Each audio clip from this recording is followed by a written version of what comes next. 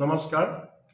অসম তৃণমূল কংগ্ৰেছে সমগ্ৰ অসম জুৰি আমাৰ কৰ্মীসকলৰ সহযোগত আমি মূল্যবৃদ্ধিৰ সম্পৰ্কত ছ'চিয়েল মিডিয়াত আমি এটা ট্ৰেণ্ড আজি চলাইছোঁ আৰু সেই উপলক্ষে মই দুআষাৰ সেই ট্ৰেণ্ডত অংশগ্ৰহণ কৰি ক'ব খুজিছোঁ যে বিজেপি চৰকাৰ অহাৰ পিছৰে পৰা 2014 চনৰ পৰা আজিৰ তাৰিখলৈকে ক্ৰমাগতভাৱে অৱধাৰিতভাৱে বিভিন্ন সা সামগ্ৰী সকলোবিলাক সা সামগ্ৰীৰ মূল্য প্ৰতিদিনে আকাশলংঘী হৈ গৈয়ে আছে আৰু এই চৰকাৰখনে মূল্যবৃদ্ধি নিয়ন্ত্ৰণৰ কাৰণে কোনো ধৰণৰ ব্যৱস্থা হাতত লোৱা নাই আৰু ল'ব নোৱাৰে।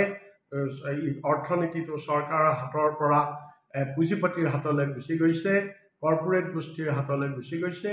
সৰ্বসাধাৰণ দৰিদ্ৰ ৰাইজৰ আজি পানীত হাঁহ নচৰা অৱস্থা হৈছে।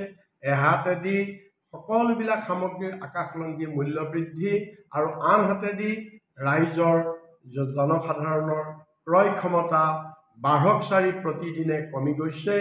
আজি যাৰ ফলত আজি দেশত হাহাকাৰ এটা অৱস্থা হৈছে।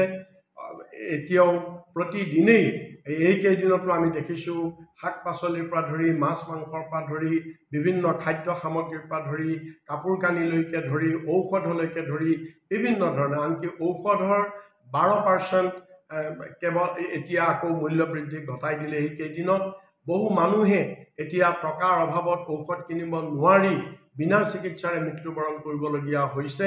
এই সাংঘাতিক অৱস্থাত আমি ৰাইজক আহ্বান জনাইছোঁ, মূল্য বৃদ্ধিৰ বিৰুদ্ধে সকলোৱে একেলগে থিয় হওঁ আহক।